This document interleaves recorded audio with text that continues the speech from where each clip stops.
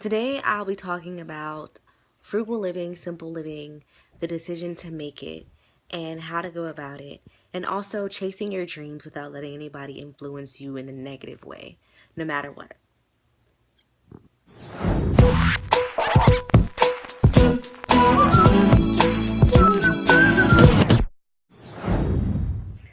Hello there, Kat here. I read this quote today, and it really, um, it really kind of hit home for me and some of the things my husband and I have been planning and doing.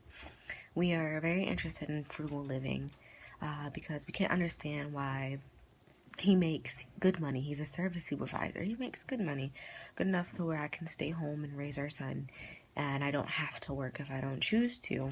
But still, he comes home broke.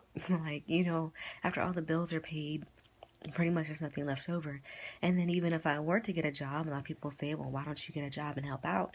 Even if I were to get a job and help out, honestly, for good daycare would be taking a good 90% of my check. And the extra $50 that would be left over, we just don't see the purpose in that, and having our son put in daycare for 9 hours a day and not getting to see him for a couple extra bucks. But I digress. I read this quote and it says, what stops a lot of people from doing things are other people. And that really hit home for me because, like I said, my husband and I are very interested in frugal living and simpler lifestyles and living off the grid and living off the land, learning about sustainable practices. We're really interested in those things. And I guess a lot of I haven't seen, there could be those out there, and if you're out there, please let me know. I'd love to talk to you, but I haven't seen a lot of African Americans doing this. It's mostly Caucasians or other races, and they're not called crazy, but some of the people I've talked to have called me crazy. I've mentioned living in a travel trailer full time. I know for a fact there are families that do it. I have an entire Pinterest board dedicated to families that live in an RV full time, live in a travel trailer full time, Airstream, whatever you live in. They're basically boondocking and they're living a simpler lifestyle with a much lower cost of living. But I'm crazy if I bring it up. I've been, just mentioning it, saying, well, what if we decided to travel? Just use money from our online businesses, use money from him boxing, and raise our son, through seeing the country, seeing the world. But I've been called trailer trash, or you want to be trailer trash, or you want to be park trash. I don't understand that. How do you equate? How does that even equate? And why would you put people down who do live in trailer homes?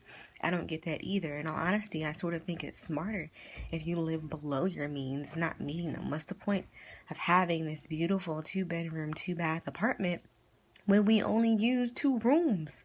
Of course, the kitchen and the bathroom, but literally we use the living room and the baby's room. That's it. We don't use anything else. And half the time we all sleep in the living room. We just wind up sleeping there. The baby falls asleep, I fall asleep, my husband falls asleep. So we decided to stop telling people our goals. Of course, you have that inner circle of people that know you, respect you, love you, can agree to disagree with you. But not everyone's like that. So what we decided to do was stop telling people what we're going to do. We're just going to do it.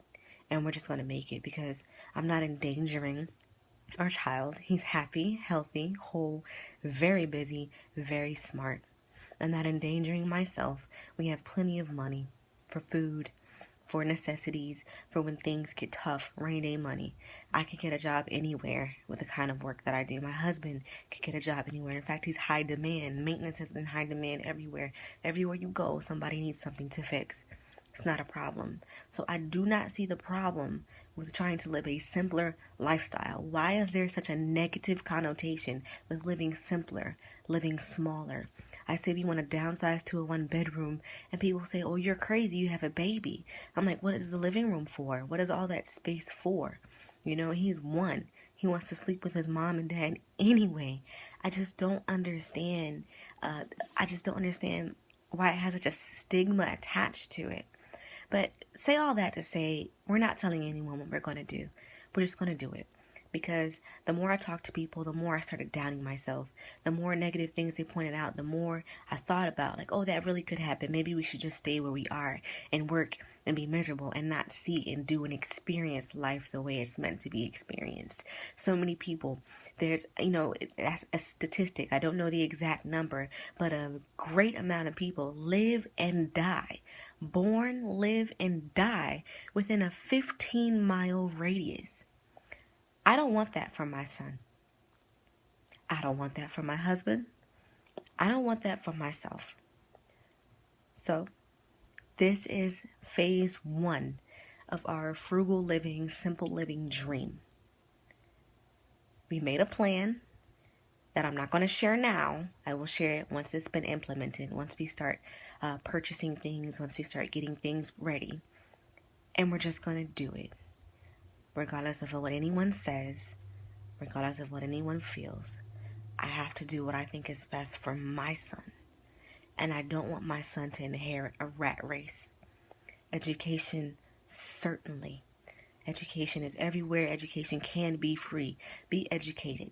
I am not against, staying in one place to get a good education. Please do.